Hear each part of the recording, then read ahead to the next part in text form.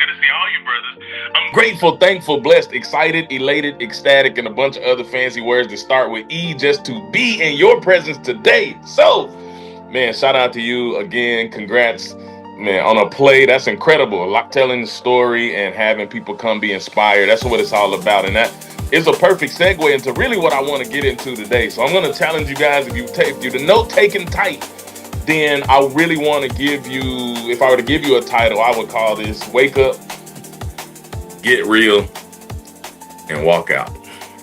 Wake up, get real, and walk out.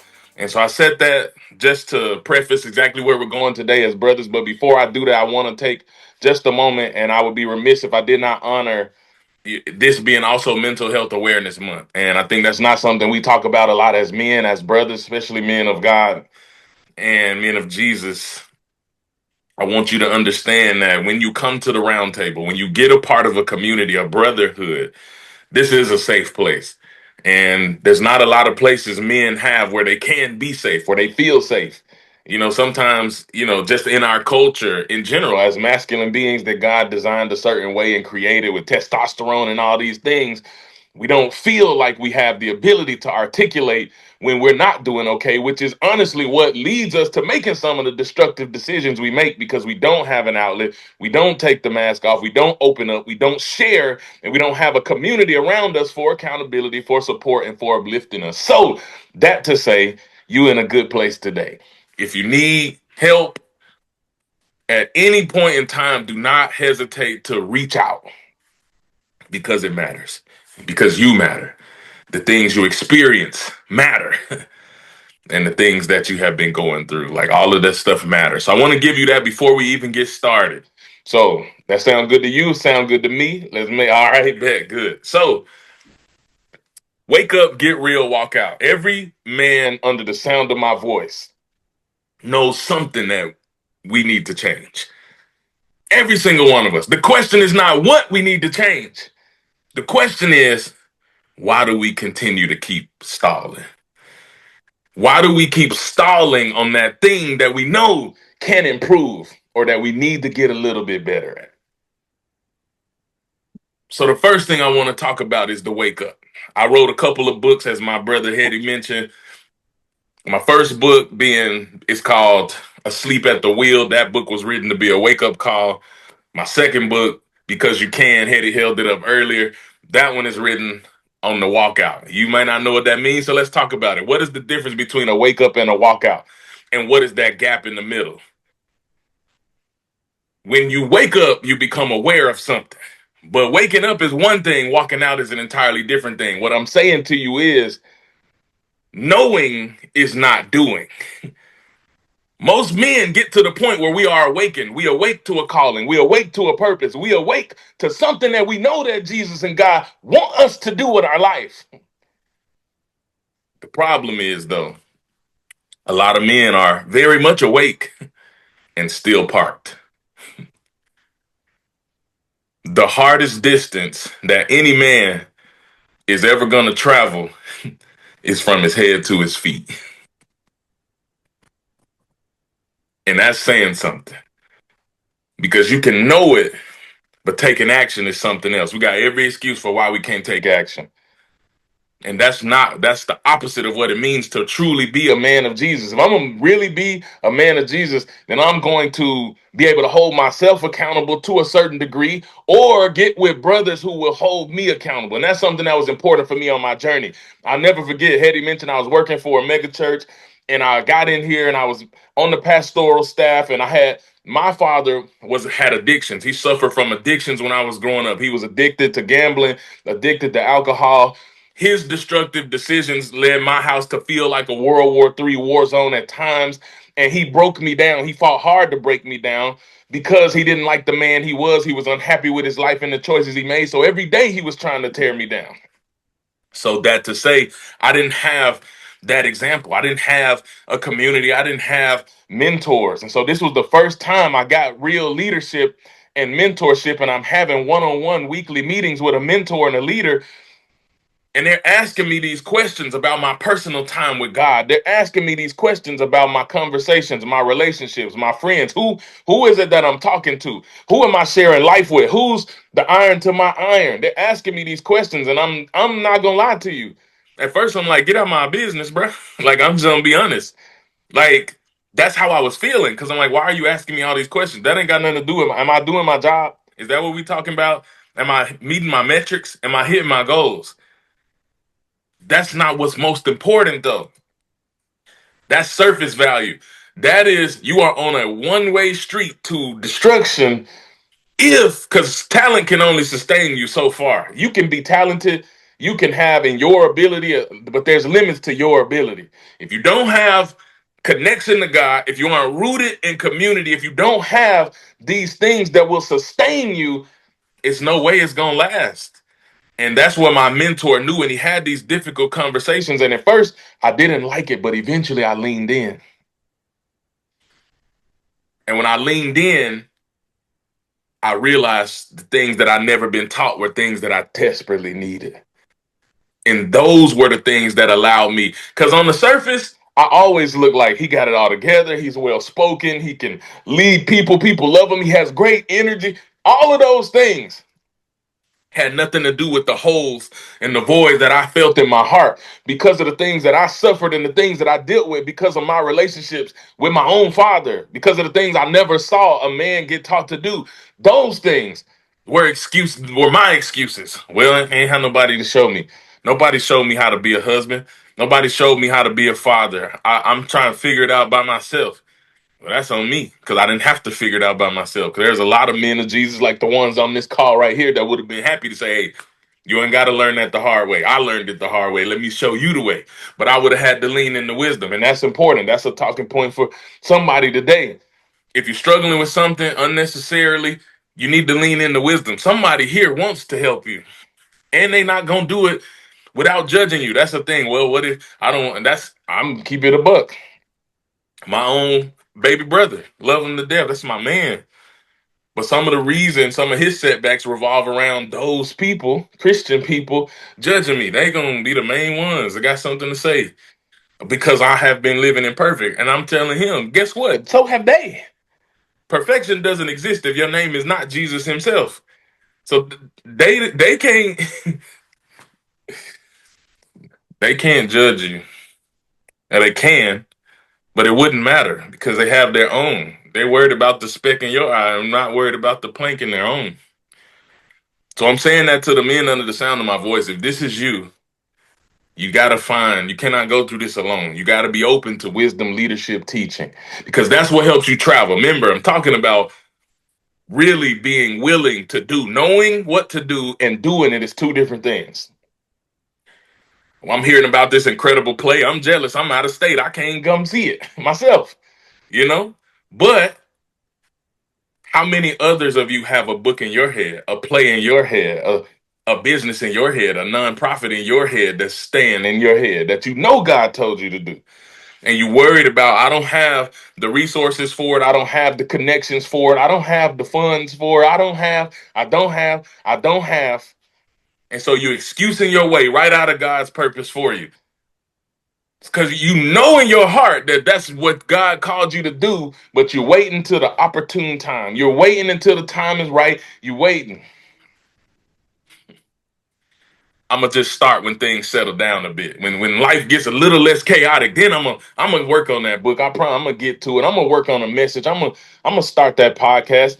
Hetty told y'all my podcast got listeners in over 102 countries, to be exact. When I never could have dreamed that was possible when I started. I was afraid. I was like, I don't know how to do this. I don't even have a platform. Who's gonna listen to me ramble 30 minutes at a time? These were my thoughts, my intrusive thoughts. Yet, nevertheless, I chose to start because it wasn't about me and my power and my ability to make it shake. It's because I trusted in the one who was able to do that. Man, this ain't even in my notes, but I gotta give it to you because this is important. You guys read miracles in the Bible just like me. I read a bunch of different miracles and I love to read about them because I'm like, that must have been exciting. But there's one I read about where Jesus fed thousands of people. Any of y'all heard that story before? Jesus fed a multitude. We know it was at least 5,000 men, but it was a whole bunch more because they didn't include the women and the children. So we know that Jesus was able to feed a multitude. Now, when you break that story down, and I'm talking about when you really read it, because the Bible is a living story. These were people. I don't know why we look at these like these were wax figures, like these are just cool stories. That was a human, those were human beings. So when I tell you the story, I tell it as if the human beings, you can see the human element. So basically, Jesus has been going through the land performing miracles, and he's making it do what it do. His disciples are following him, and they're like, "Wow, wow, wow!" Every step of the way, But then they keep getting distracted. They keep doubting at every turn. He like, "Bruh, why are y'all so afraid? You just saw what I was able to do," and it just speaks to our humanity. But we get to this point. So guess what happens when you do miracles? I don't know about y'all. When I was mentoring kids in Oklahoma City, I fed a couple of them every week. Guess what happened? It was more and more kids. I started with about 10 kids. When I left and I finished my program, I was averaging about 200 kids. We went from 10 to 200 because I was feeding them. Guess what? When you start performing miracles, Jesus, he obviously a crowd grew. So he's walking and they're going through the land. Jesus is like, okay, I'm about to go to a mountaintop. I got to connect to the Father. But along his way, the disciples come to him frantic like they so often did. And they say, hey, Jesus, yo, these people out here talking, Jesus, they say they're hungry. And Jesus said, okay, calmly, in the way that he would, what do you have? Jesus, nah, we don't think you understand what we saying. We didn't say we're hungry, like 12 of us. We said they are hungry. All them people, they are hungry. Jesus said, okay, what do you have? No, Jesus, we don't think you get it. You can read this. I'm not making it up. Matthew, Mark, Luke, and John. They said if we worked for a full year of wages, we wouldn't have enough money to feed all these people. And you talking about Jesus said, okay, what do you have? If you read John's account, he was testing them. He already knew what he was finna do. He already knew what he was gonna do. He just wanted to see where their faith was. And they kept on, we don't got nothing, we don't got nothing. Finally, is in John's account where it says there was a boy who was the only one who had the sense enough to answer the question that Jesus was asking. He said, I got some lunch.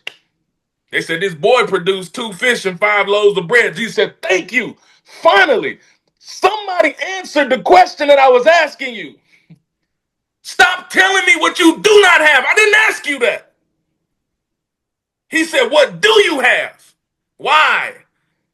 Because if you put your gift on the table, God will multiply.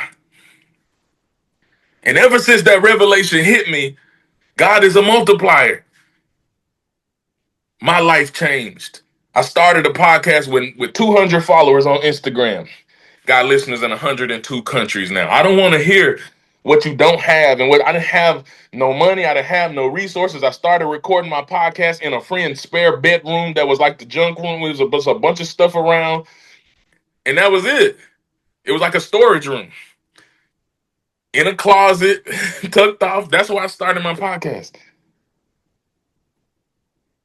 God has been able to do miraculous things in my life when I got out the way and realized it wasn't about me. So when I'm telling you the difference between waking up, yeah, you can know this thing you need to do, but walking out is take the action steps. It's taking the steps. It's one thing to know it in your mind. It's a different thing to walk it out.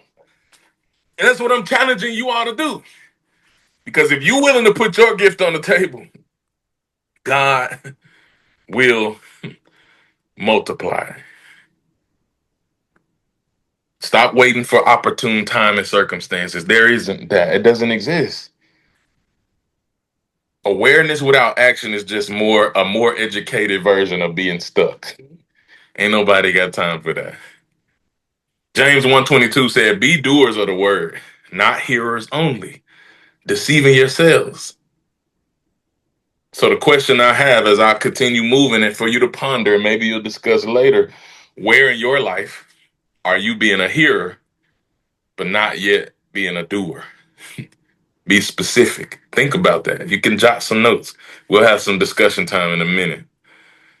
So I talk about waking up, wake up, get real. This section right here, when the rubber meets the road, as men, I can't think of anything more important. It's time to take the mask off. We must take the mask off. What am I saying? The reason most men don't ever walk out and take those steps is because they carrying too much weight in secret. Yeah, I'm saying it. Secret weight. That secret sin is so easily weighing us down. We were taught, gotta perform in strength, not confess struggle. I gotta be the man. I gotta be strong. I gotta have it all together. I gotta look the part. Okay, that's cool, fine, and dandy. That mean the enemy got you right where he wants you. The minute you think your strength is enough, you might as well hang it up. That's a wrap. Because that's not a recipe for success. The mask that we often wear feels like protection. It's not protection, family. It's a prison. I'm out to be super real with y'all now.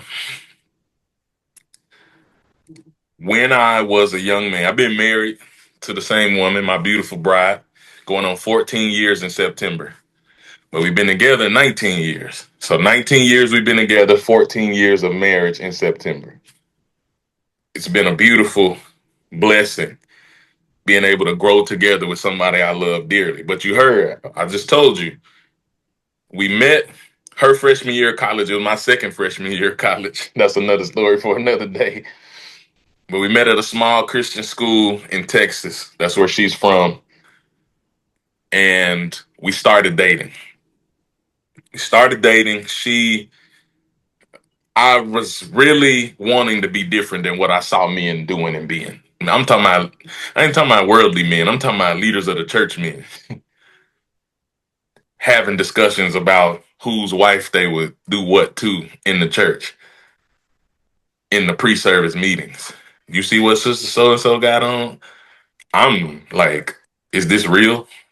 Like, and that's sad, but I'm gonna always tell the truth. We gonna shame the devil today because you heard it as well as I. Maybe you haven't. That's good for you if you haven't. But the reality is, a lot of men don't hold themselves as accountable as they should when it comes to really being the men, the vessels that God called us to be. So I'm hearing these things, but I want to be different. I don't want to be like everybody else. Now we know we're not ready for marriage because we're in school. There's a lot of things we're working through and navigating, but I don't want to be dealing with fornication. I don't want to just because I'm like, well, I'm with her. I know I'm gonna marry her, so I might as well. There was never a point in my brain where I thought, yeah, this cool. Let's just do this. We know we're getting married anyway, even though we dated 5 years. So, in order, and what I told myself, this the lie I told myself, in order to not pressure her into us having sex, then I'll just handle it myself. So I'm gonna go to them websites that you go to in the middle of the night, and then I just handle it on my own, and that keeps me okay, so that I don't ever have to go and bother and pressure her. And I carried that, and that became a habit. That became this sin that was running and ruining my life for years. I'm talking like that whole time we were dating. But guess what? We got married. And if you a man that is married, been married, sometimes your wife isn't well, she's sick, literally, she don't feel good, it's time of the month, there's all these things.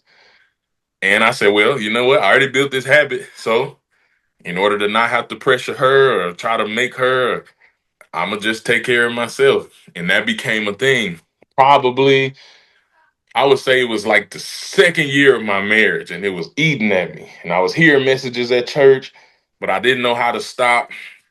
And the enemy was like, hey, that's embarrassing, bro. Like, even now, now I don't care because I'm like, but at the time, I was young enough in my faith. I'm too afraid to speak on real things. I'm scared to put it out there.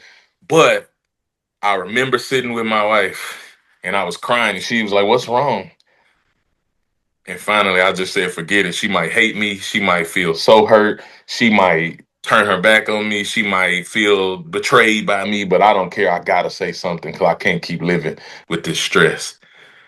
And I told her about that. And I told her everything I just told you, when it started, what I convinced myself I was doing, protecting her, and the habit that I had built. Fully expecting the brunt of her to just come at me with all this wrath and anger and frustration. And all she did was hug me and cry with me and said, "Why didn't you tell me sooner?" And I told her I was afraid of, what her reaction would be. And she's like, "You don't never have to be afraid to communicate with me." And, when I told her I had something to tell her, she thought I was going to tell her it was another woman. She's like, "I can handle this." She's like, but something happened in that moment. The power that the devil holds over us, I took back because he could no longer hold over me. What happens when she finds out? What's going to happen? What is the judgment you're going to receive? Ooh, like all of those thoughts and lies that were in my head, his power was completely removed the moment I took the mask out. I stepped outside the prison and I got real. What I'm telling you, family, is sometimes the public man and the private man are two different people. And that gap is where shame lives. Unspoken weight doesn't disappear. It leaks into every area of your life. It leaks into your marriage. It leaks into your parenting. It leaks into your health. But what I'm telling you, and the reason I share vulnerably, is that the room that you're in, this room is a safe place. You can sit it down. Your issue, your struggle may not been what mine was. Maybe it's you hiding an alcohol addiction or other stuff. You just got this secret thing that nobody knows about. You know what I'm saying? You just robbing Peter to pay Paul, and every chance you get now, a big thing that I'm seeing, sports betting is mega right now. All these men running and just taking their last, trying to come up, and you know, it gets beyond fun and games when you're trying to put your livelihood at risk, just trying to see if you can get some gas money for the next 2 weeks. Is that eating at you? Is it weighing you down? Is it holding you back? You have an opportunity to do something for God with the resources, a gift, a dream. Guess what? Stuff costs money. Microphones cost money. Studio costs money. Book publishing. Me putting this out here. This stuff costs money. My merchandise that I wear, all the things, it costs money. What if I didn't have the money because I'm steady trying to come up? I'm spending God's resources over here, not being a steward. So when it's time, when He lays a golden opportunity in front of me, I don't got it now. I don't have the money to invest in the place that He positioned and put me because I got this secret thing that's draining my bank account. So I know this stuff is not popular always, and this stuff is these are not the fun conversations. But I mean, I'd be remiss if I come here and waste your time on a Saturday that you got up, separated yourself from everything you could and should and would be doing for us to come here. So I'm here to say, I challenge you. If you got something, you got to get real about it. You got to take the mask off. You got to give it to your brothers. Matter of fact, James 5:16 said, confess your faults one to another. Why? So everybody can know your business. So the men can laugh at you behind your back. So people can judge you when you're not around. That's not what the scriptures say. If you around the white men of Jesus, ain't nobody gonna do that to you. I remember the first time I heard Hetty share his testimony, I was blown away. But you know one thing I've never done in my heart, I've never looked at him differently. I never looked at him less than. I never, because some of the things he said, he talking about this story and that story, he mentioned in jail. I'm like, what? I would never think. But one thing that's never done, a man of God that has a relationship, a brother is never going to look down on you.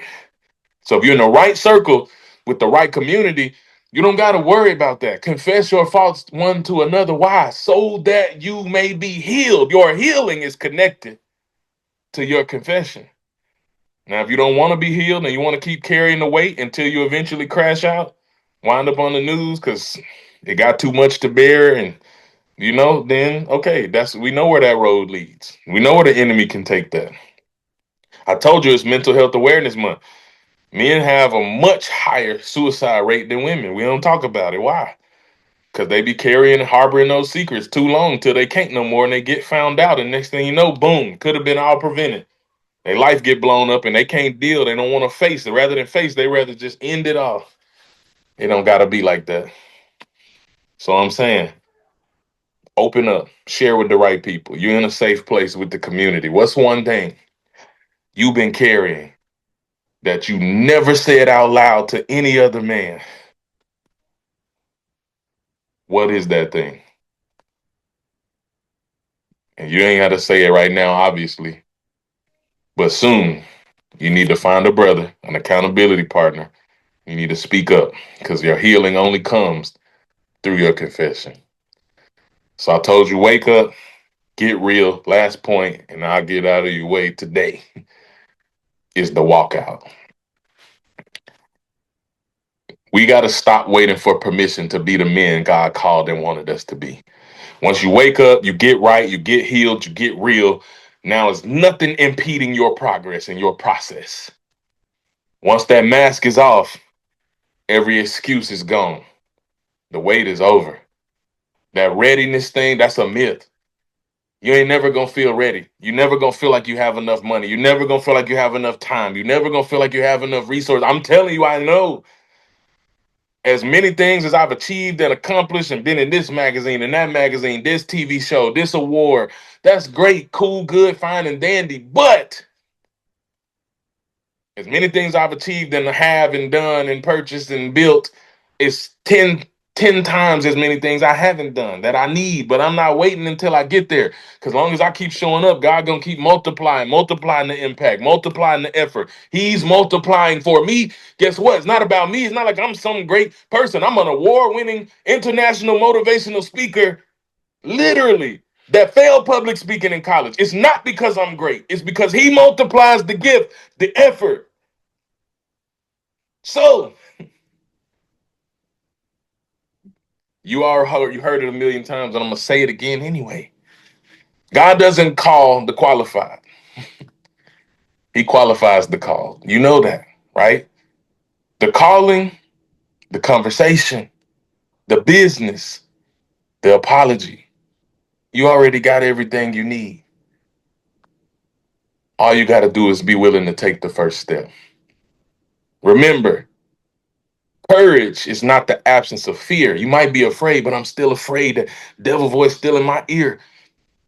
Courage is not the absence of fear. It's moving forward. It's moving with God while the fear is still in there, while it still exists. The man you want to become is on the other side of the one hard action that you've been avoiding for far too long. So be courageous.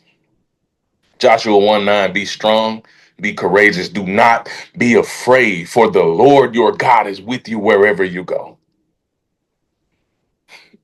So as you ponder, what's the one step you're going to take this week? You got to say it out loud. Name it. You got to tell somebody else, so you got to witness. And when you do all of these things, you now woken up, you got honest with yourself, now you walk. Now you walk it out. Now you show up. Now you go be great. Now you go. When God said, I believe no eye, no ear has seen, no, I don't know, eye has seen, no ear has heard what God has in store for you because you love him. By his divine power, he already gave you everything you waiting on. You already got everything that you need. He's literally telling you, you can do anything you put your all things. He didn't say some, all things. You got it. It's in you. But you got to walk. You got to take the step. Not because it's easy. It'll never be easy. Not because you feel ready. You ain't never going to feel ready. But you walk it out and you do it because you can. Because God gave you the strength. Because he lived and died just for you. And because everything you need, he already has given you all power. So that's it, man. Keep inviting brothers. Keep growing together. Keep leading stronger because you can. All right, Brother Hetty. Back to you.